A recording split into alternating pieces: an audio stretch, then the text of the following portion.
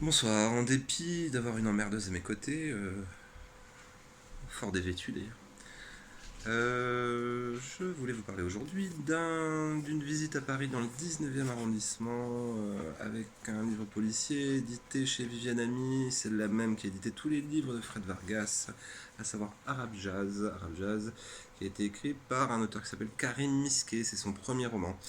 Donc voilà, le problème dans un environnement très cosmopolite du 19e arrondissement, celui un petit peu qu'on a connu dans les années surtout 60-70, il y a encore des réminiscences. Malgré ça, ça a été un petit peu dévoyé. Donc maintenant, on a beaucoup de fondamentalisme néo-orthodoxie d'un côté et de l'autre. Donc on va trouver des salafistes, on va trouver des ultra-orthodoxes, plutôt Lubavitch chez les juifs.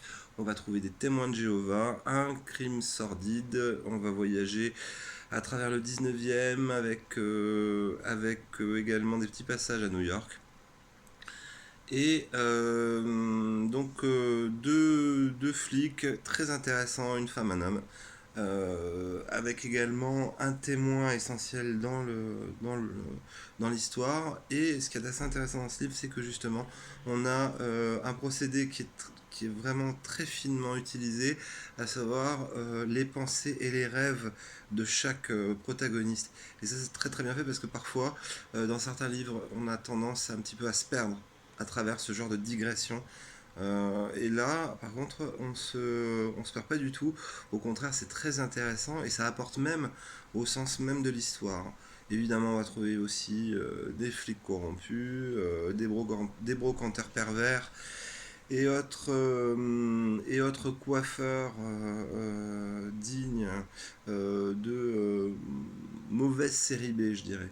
Et par contre, le tout, c'est un livre qui est très bien ficelé, très bien. euh, L'intrigue est rondement menée. On a quelques écueils de premier roman, évidemment, a priori, sur certaines facilités, certains raccourcis qui sont faits entre les histoires, et parfois, mais au-delà de ça, une très belle réussite, et surtout un très bon moment. Donc Arabe Jazz, édition Viviane Ami, très belle édition, très agréable à lire, très agréable à la prise en main. Moi j'estime que c'est vachement bien d'avoir un bouquin qu'on a plaisir à tenir en main. Donc à bientôt, au revoir.